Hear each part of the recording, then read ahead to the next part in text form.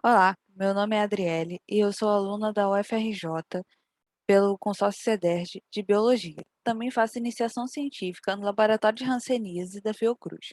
E o meu trabalho que eu irei apresentar é sobre o efeito de Mycobacterium leprae e seus componentes na ativação de inflamassoma em células de vão humanas ST8814. A neuropatia hanseníana é uma condição neurobiológica crônica causada pela infecção do nervo periférico pelo agente etiológico Mycobacterium leprae. Em 2020, Índia e Brasil foram os únicos países que diagnosticaram mais de 1.000 casos novos com grau de capacidade 2, ou seja, o mais elevado, no momento do diagnóstico, com 1.572 a Índia e 1.504 casos o Brasil, ou seja, o Brasil é o segundo país com maior número de casos de Hanseníase. A proporção de casos novos de hanseníase é avaliados quanto ao grau de incapacidade física, grau 0, 1 e 2, no momento do diagnóstico. Percebemos aqui pelo gráfico que o número se mantém, mas, por exemplo, do grau 1 ele se elevou, ou seja, isso é um problema no Brasil que precisa ser solucionado.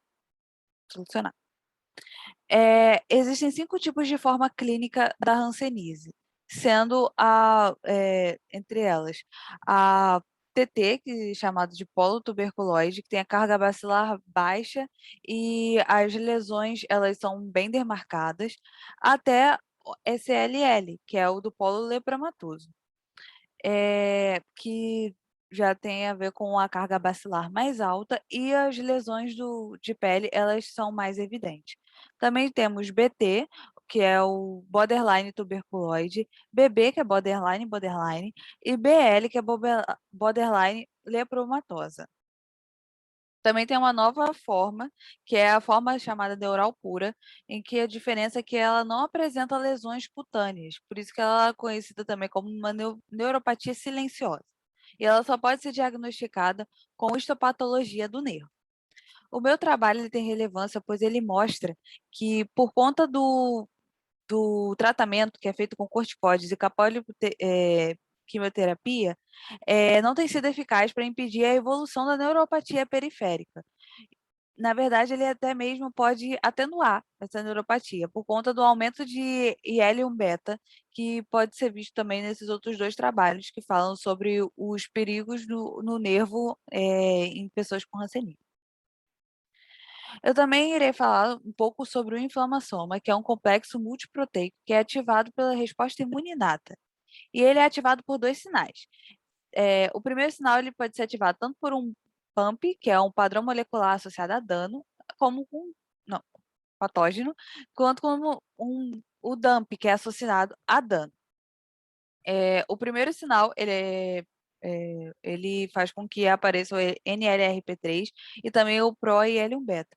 E ele é responsável pela transcrição e tradução dos genes de inflamação em proteínas. Enquanto que o segundo sinal, que pode ser induzido por ASC ou caspase-1, ele é responsável por formar poros na membrana por conta da clivagem de gás de Hermina e também por conta da liberação de IL-1 beta e de IL-18, levando a célula à peroptose. Também tem alguns processos que são encontrados também e que são conhecidos por conta da inflamação, como, por exemplo, o AIM2, que está relacionado ao DNA. Hipótese: a infecção do MLE-PRAI induz a ativação da inflamassoma que contribui para o dano neural. Essa é a hipótese do meu trabalho. Enquanto que o objetivo geral do meu trabalho é avaliar a ativação de inflamassoma in vitro em células de vão humanas na linhagem de ST8814 por MLE-PRAI e os seus componentes microbianos. O princípio desse trabalho, ele teve origem por conta de um trabalho que foi feito em 2016, publicado em 2016, que conta com o perfil de expressão gênica das células T primárias humanas infectadas com MLEPRAI, que mostram a modulação de genes que são associados a essa via de inflamação, que são esses que eu marquei, que são o NLP1 e o caspase-5, por exemplo. Sendo a coloração vermelha, onde eles são mais chamativos, onde eles foram encontrados maior expressão e a azul com menor expressão, isso no tempo de 24 e de 48 horas. Então, o objetivo específico do meu trabalho é analisar a síntese proteica e a ativação de marcadores de inflamação em células de Schwann humanas de linhagem ST8814 infectadas com Emilia-Prae.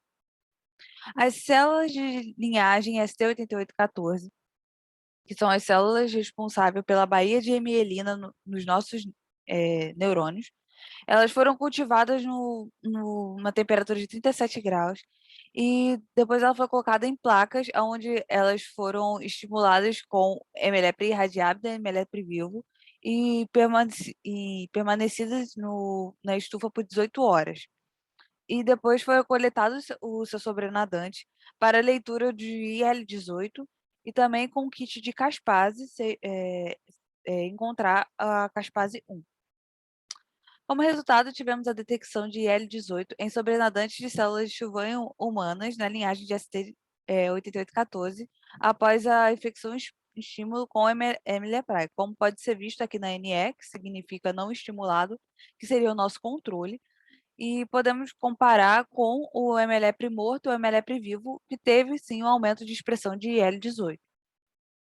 Assim também teve um aumento de expressão de caspase 1, comparado com o não estimulado, tanto em emelepre morto como em emelepre vivo.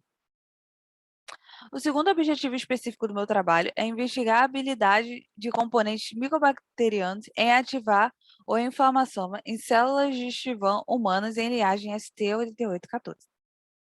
Para isso, foram pegos a linhagem, também colocados em cultura a 37 graus na estufa, e neles foram colocados os estímulos de emelepre morto, emelepre por irradiação, sonicado.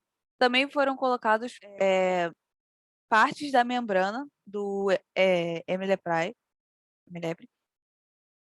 e também a sua parte solúvel, e também o seu DNA. Tudo isso ficou na estufa por 16 horas, e depois para o segundo sinal, como foi explicado lá que eu expliquei da inflamassoma, foi colocado o LPS por 2 horas. Depois foram coletados os seus sobrenadantes para a leitura de Helium-beta. Como resultado, houve a detecção de Helium-beta em sobrenadantes das células de Schwann, em todos esses estímulos que eu havia citado anteriormente. O que chamou mais atenção nesse trabalho foi como o estímulo com DNA ele teve um aumento significativo e quando houve a indução do LPS, do estímulo LPS como segundo sinal, ele diminuiu. E como resposta a isso, foi o AIM2, pela via de AIM2, que já tem a sua função no inflamassoma como uma conexão direta de reconhecimento de DNA para ativação da plataforma molecular. E isso foi visto na própria literatura. Então, isso foi uma explicação que conseguimos encontrar para o aumento tão expressivo de DNA. Também teve na literatura mostrando que camundongos que eram nocaute, a Ielium beta, eles eram altamente suscetíveis à infecção por Mycobacterium tuberculosis, e teve uma menor taxa de sobrevivência, onde teve uma colonização nos pulmões e fígados desse animal, que acabava enganjando a resposta do inflamassoma. Então, a conclusão do meu trabalho é que o emelepre, morto e vivo, pode estar levando à ativação de inflamação nas células de Schwann, sendo observada a partir da ativação de caspase 1, da produção de L18. E também, não só a bactéria íntegra, mas também os seus componentes micobacterianos podem estar servindo como pump e induzindo a ativação do inflamassoma em células de Schwann, principalmente no DNA. Sugere que a ativação de inflamação pode estar envolvida na neuropatia ranceniana e mediar a produção de fatores inflamatórios como o IL-1-beta e o IL-18. Gostaria, então, de agradecer por me ceder esse espaço para que eu possa falar desse meu trabalho e também agradecer as minhas agências de fomento, a CNPq, FAPERJ e a Inova Fiocruz. Muito obrigada.